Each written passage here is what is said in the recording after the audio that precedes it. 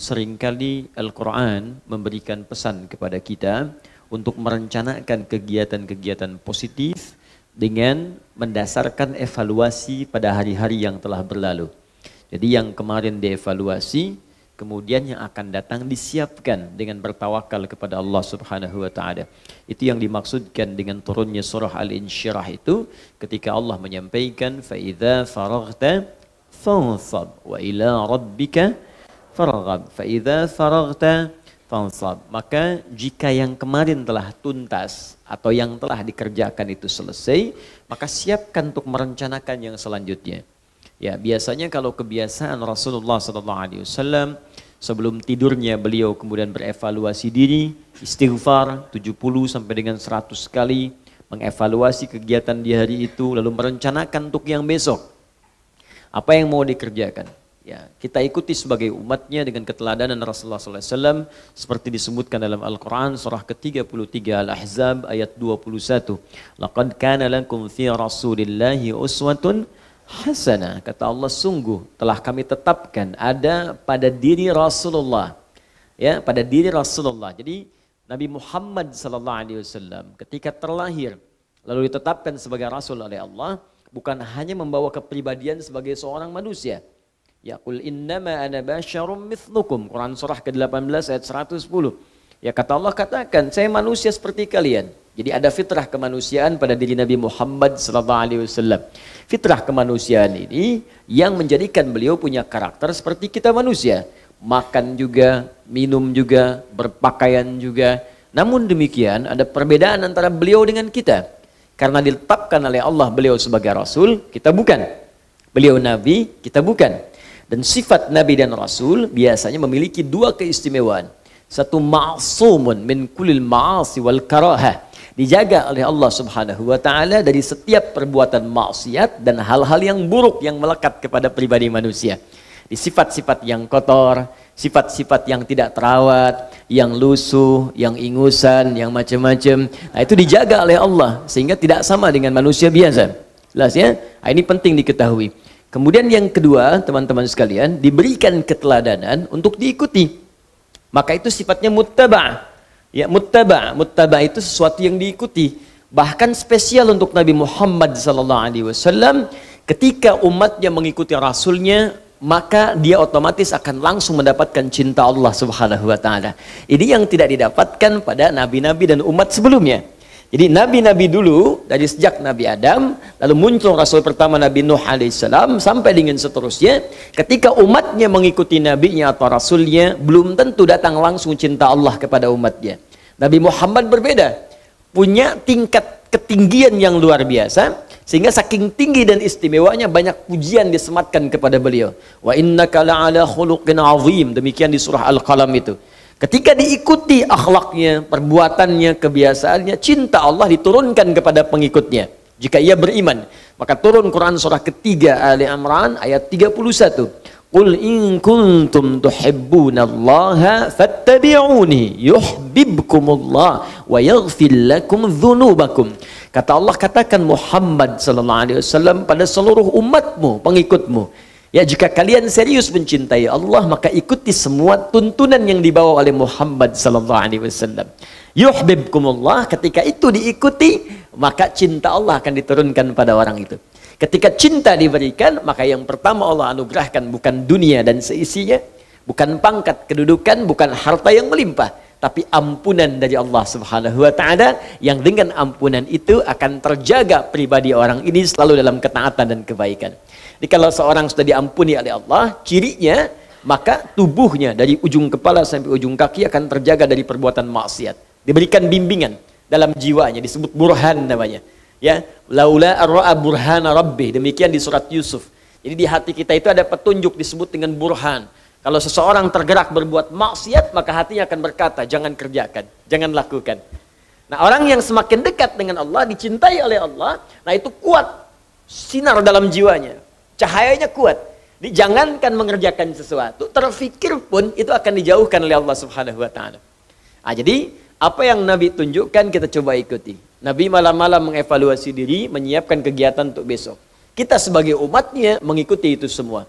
Saya kemarin baca Quran sekian ayat, maka besok saya akan baca sekian surah. Kemarin saya belum berinfak, hari ini saya akan infak. Kemarin saya dari 5 salat waktu itu hanya berjamaah 2-3 kali. Selebihnya munfarid. Maka hari ini saya siapkan 5 waktu berjamaah.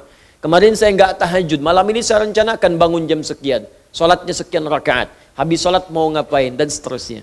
Nah, ini yang kita persiapkan. Kalau semua seperti itu disiapkan, maka demi Allah saya katakan tidak ada waktu kita yang sia-sia. Semua teratur. Dan hidupnya enak. Jadi kalau sudah semua teratur dan automatically kita kerjakan dalam keseharian, itu nggak perlu dituliskan lagi menjadi agenda. Biasanya kalau latihan tuh perlu dituliskan. Besok ini. Ya, TK kan begitu Bu ya. SD begitu Bu ya. Waktu TK, waktu SD kan begitu, tuliskan. Tapi setelah menjalani itu dalam keseharian kan otomatis kita kerjakan. Nah, saya berikan rahasia besar. Orang beriman itu disebutkan oleh Al-Quran, dia punya daya fikir yang panjang. Ini rahasia. Itu ada di Quran. Kedengaran keluar? Quran surah ke-59 ayat 18. Al-Hasyr ayat ke-18. Jadi orang beriman itu, dia punya daya fikir yang panjang, visinya panjang. Ya, bukan cuma dunia. Yang kita alami itu kan insya Allah 3 alam ya. 3 alam. Ya, kita simpan yang alam kandungan, kita sebutkan yang kita alami secara sadar dan nyata, yaitu alam dunia, kemudian alam kubur, ya afala ya'lamu idza bu'athira ma fil kubur. Jadi alam dunia, alam kubur, kemudian ketiganya akhirat. Yang terakhir, ya dengan segala sifat-sifatnya. Kita berharap insya Allah semoga Allah berikan pada kita surga dengan rahmatnya. Baik, jadi ada dunia, ada alam kubur, ada apa terakhir? Akhirat, puncaknya surga. Nah, jadi kalau ahli iman dan ahli takwa, dia akan mengukur visi hidupnya bukan cuma di satu alam, dunia. Tapi sampai ke yang paling jauh, akhirat. Baik, saya coba tuliskan ya, saya khawatir sampai hari ini kita belum punya visi ke situ. Ya, bukan kita, mungkin sebagian dari Anda. Baik. Lihat sini. Jadi ada yang rugi kalau cuma sampai sini nih. Ini kan sekarang kita ada di mana? Bukan, Tanah Kusir ya, di Andor. Nah, kita masih di Tanah Kusir dan masih masuk dalam bagian dunia. Nah, ini kita ada di sini. Dunia. Kemudian setelah itu masuk ke kubur. Insyaallah. Setelah itu akhirat. Akhirat. Ada akhir, ada akhirat. Ya, kalau akhir batas sesuatu, tapi boleh jadi setelah itu ada lagi. Tapi kalau pakai tak di ujungnya, bisa sifat atau pembatas paling akhir yang tidak ada lagi setelah itu. Ya, karena itu ada akhirat. Lihat, akhirat tak di ujungnya. Yaumul akhir, hari berakhir, selesai. Nggak ada hari lagi. Tapi di situ ada perhitungan, ada tempat, ada macam-macam. Ketika disebutkan tak akhirah, maka puncaknya di situ, selesai. Tidak ada lagi setelah itu. Jelas? Di sini kita berharap semoga Allah anugerahkan surga. Ya, kita tuliskan di sini. Ya, tidak cukup dengan amin. Kita lihat dulu. Jadi di Quran surah ke-59 ayat ke-18 Allah sampaikan ciri orang yang beriman plus takwa. Jadi urutan itu ada iman plus takwa, ada iman belum meningkat takwa, ada Islam belum sempurna iman. Nih, 1, 2, 3. Bilang ya, ada Islam belum sempurna iman. Kalau Islam belum sempurna iman itu baru syahadat di lisan. Mengucapkan kalimat iman di lisan, tapi imannya yang di lisan belum sampai ke hati. Ini sering saya uraikan. Ini ada kasusnya di Quran surah ke-49 ayat ke-14.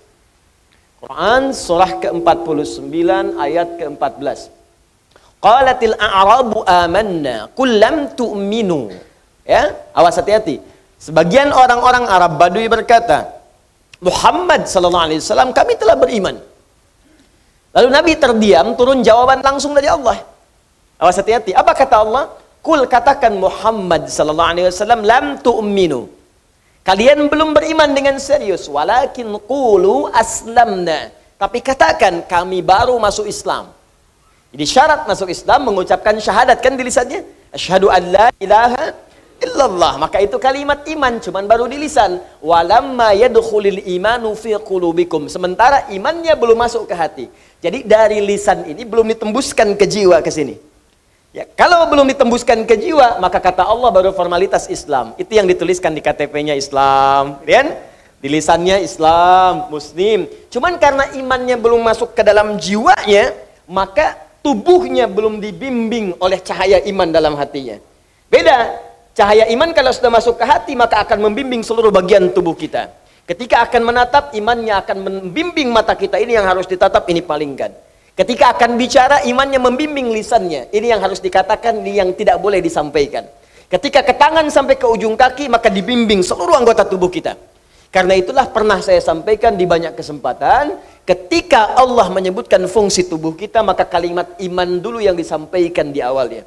Mata, qul lil mu'minina yaghuddu min absarihim. Katakan pada pria-pria yang punya iman, matanya lihat yang baik. Tak mampu melihat yang baik, palingkan ghaddul basar. Demikian untuk perempuan, wa qul lil mu'minati yaghuddna min absarihinna. Baik lisan, ya ayyuhalladzina amanu, iman dulu, la yasraq qaumin qaum. La ya ayyuhalladzina amanu la yaghtab ba'dukum ba'dha. Hei orang-orang beriman, jangan saling mencela. Hei orang-orang beriman, jangan gosip. Imannya dulu. Begitu iman disebutkan, baru kemudian ke fungsi tubuhnya. Ya ayyuhalladzina amanu kulu mimma razaqnakum. Ya, kullu min thayyibati ma razaqnakum. Hai orang-orang beriman, silahkan bekerja cari nafkah. Imannya dulu, baru pekerjaannya. Iman. Nah, bagaimana cara meningkatkan iman? Berlatih lewat takwa. Karena itu setiap ada kalimat iman seringkali disebutkan dengan takwanya. Bisa takwa sebelumnya, bisa takwa di akhirnya. Dzalikal kitabul hudalil, setelah itu alladzina yu'minun. Baik, ya ayyuhalladzina amanu kutiba alaikumus kama kutiba alal ladzina min la'allakum tattaqun. Setiap ada iman, takwa. Setiap ada takwa, iman. Jelas sampai sini? Baik, ketika kemudian iman bersanding dengan takwa, maka orang ini kata Allah akan punya visi yang sangat panjang. Apa visinya? Dia akan turunkan pola hidupnya, memulai dari puncak yang paling tinggi, dari 3 dimensi yang dilalui dalam hidupnya. Dimensi pertama dunia, dimensi kedua alam kubur, dimensi ketiganya alam akhirat. Maka orang beriman, orang muslim yang beriman dan bertakwa, dia akan memulai visi kegiatannya dari sini, diturunkan. Jadi bukan dari sini. Jadi kalau ada orang belum beriman, apalagi belum berislam, wajar kalau cuma cara berpikirnya sampai sini. Nanti anak saya TK, SD, kemudian SMP, kuliah, jadi dokter. Sampai sini aja, dokter. Dokter dunia, alam kubur diobatin. Anak saya jadi arsitek. Arsitek dunia, membangun gedung cakrawala. Di alam kubur gelap, tak mampu membangun apapun. Mau kaya, kumpulkan harta. Tapi ketika wafat kan selesai, telah meninggal dunia. Artinya semua yang dihasilkan di dunia ditinggalkan. Ditinggalkan, jadi gak ada yang dibawa. Makanya ada orang-orang yang cara berpikirnya sampai di sini saja. Awas, hati-hati, hati-hati. Tadi di awal saya katakan jangan-jangan ada sementara kita mengaku beriman, tapi visi kita belum masuk dalam kategori yang disebutkan oleh Al-Quran. Karena ada yang sampai sini saja. Quran surah kedua, Al-Baqarah ayat ke-200, paling kanan agak ke bawah sedikit. Perhatikan kalimatnya. Wa minan nasi may yaqulu rabbana atina fid dunya. Bukan, jangan ngarang Joni. Wa ma lahum fil akhirati min khalaq. Aja.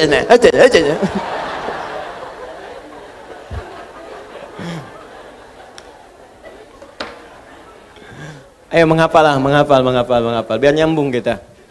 Ya. Wa minan nasi may yaqulu rabbana atina fid dunya wa ma lahum fil akhirati min khalaq. Baru ayat 201-nya berbicara tentang beriman dan bertakwa. Wa minhum may yaqulu rabbana atina fid dunya hasanah wa fil akhirati wa qina adzabannar. Jadi ada orang yang orientasinya dunia saja. Wa minan nasi minnya litab'id, dan di antara sebagian, tidak semuanya, annas dari manusia yang hidup di bumi. Annas, nas, semua manusia, disebutkan 241 kali dalam Al-Quran. Wa minan nas, min dari semua, minnya li tab'id, bukan semua manusia tapi sebagian saja. Dari sebagian manusia ini ada yang orientasi hidupnya dunia saja. Rabbana atina fid dunya. Ya Allah, anugerahkan kepada kami semua kemuliaan dunia, kedudukan yang paling tinggi, harta yang paling banyak. Ini nggak mikir. Nikmatiannya dunia lah, alam kubur gimana nanti belum jelas. Ada yang begitu. Ya, akhirat belum nampak, dunia aja dulu. Nah, begitu wafat kelabakan. Ya, nah ini poin pertama ini. Nah, sedangkan ada yang kedua, ini yang paling tinggi. Wa minhum may yaqulu rabbana atina fid dunya hasanah wa fil akhirati hasanah wa qina adzabannar. Visinya dia inginkan dunia akhirat. Disebutkan dunia akhirat, alam kubur otomatis masuk. Nah, cara merumuskan ini disebutkanlah di Quran surah 59 ayat 18. Ya ayyuhalladzina amanu ittaqullah. Hei orang-orang yang telah beriman kepada Allah, tingkatkan takwamu kepada Allah.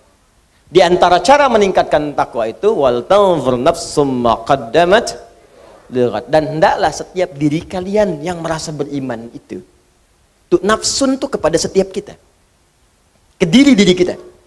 Kata Allah, hendaklah setiap orang, jadi kalau merasa beriman, itu orang beriman tuh kata Allah pasti punya planning seperti ini.